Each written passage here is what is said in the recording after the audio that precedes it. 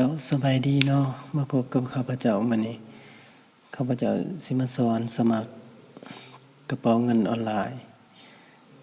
ฟรีวอลเล็ตกระเป๋าเงินเก็บเงินเหรียญดิจิตอลหรือว่าคริปโตเคอเรนซี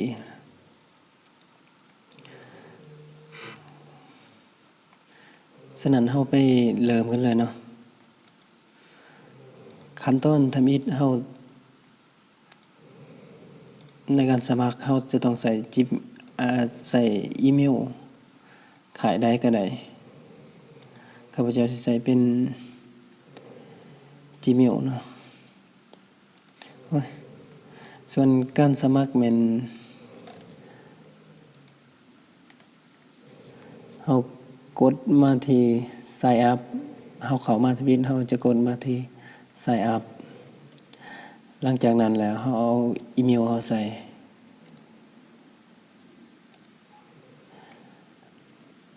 แล้วก็ใส่พาสเวิร์ด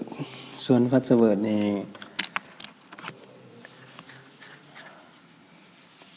เราจะใส่ตัวพิมพ์น้อยพิมพ์ใหญ่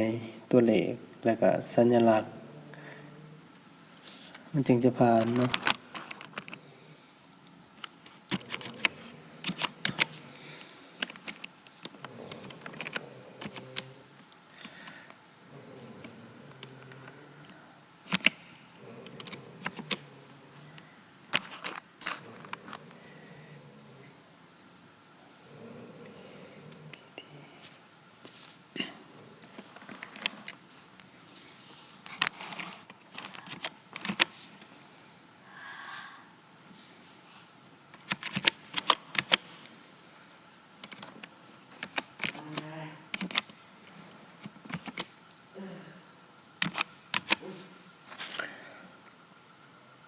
หลังจากนั้นเรามาติ๊กเอา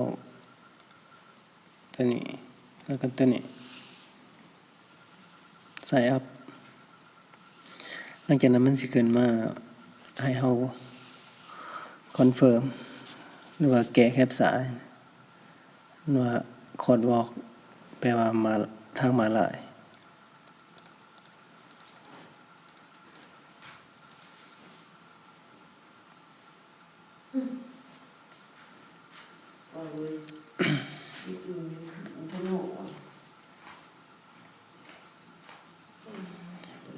หลังจากนั้น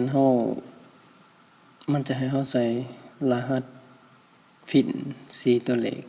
เราจะใส่2เทื่อสำคัญเพื่อป้องกันให้กระเป๋าเงินเราปลอดภัย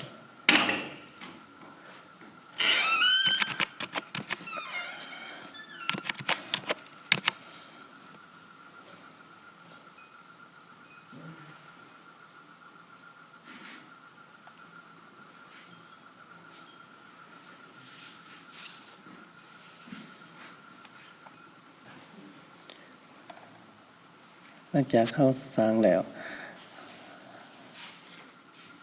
เขาก็สิได้หน้าตาแบบนี้เนาะ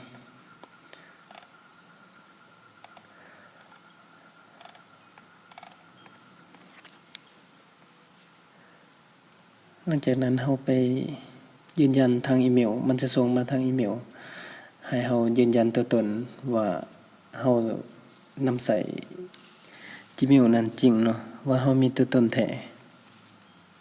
เขาเปิด Gmail เข้าไปแล้วกดคอนเฟิร์ม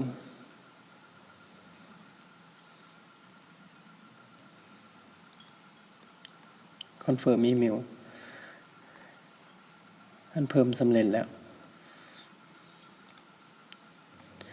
แปลว่าสำเร็จแล้วเราได้สั่ง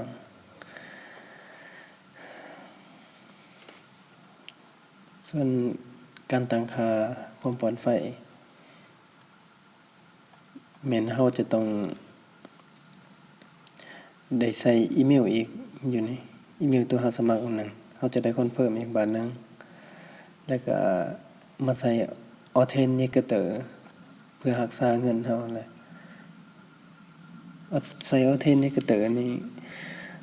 แบบว่าสมมุติว่าเราเข้าสู่ระบบเทื่อหน้ามันจะให้เราใส่ตัวนี้อีก6 โต เฮาไปโหลด Authenticator App จาก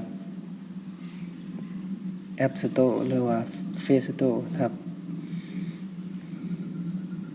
แล้วก็มาถ่ายเอารูปตัวนี้ จากนั้นเฮาก็เอารหัสที่มันขึ้นนั้น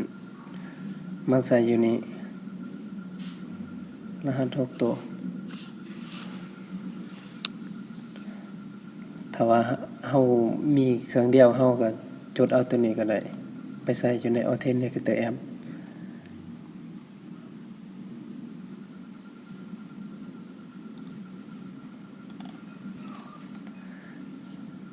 สำหรับ Cryptocurrency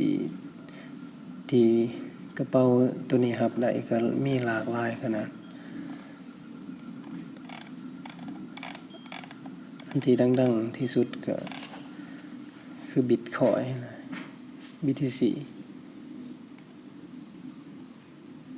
ตัวนี้จะเป็นตัวที่แบบว่าราคาแพงที่สุดราคาตอนนี้ก็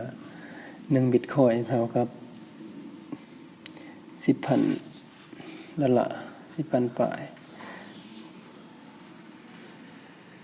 10,172 ส่วนการสมัครเฮาสามารถสมัคร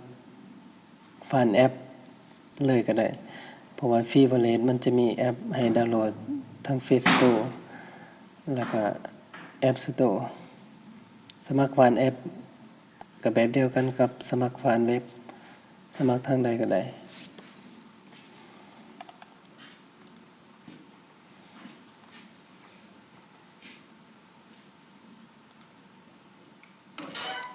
ข้าพเจ้าขอจบคลิปเพียงเท่านี้อย่าลืมกดติดตามช่องข้าพเจ้าขอขอบใจ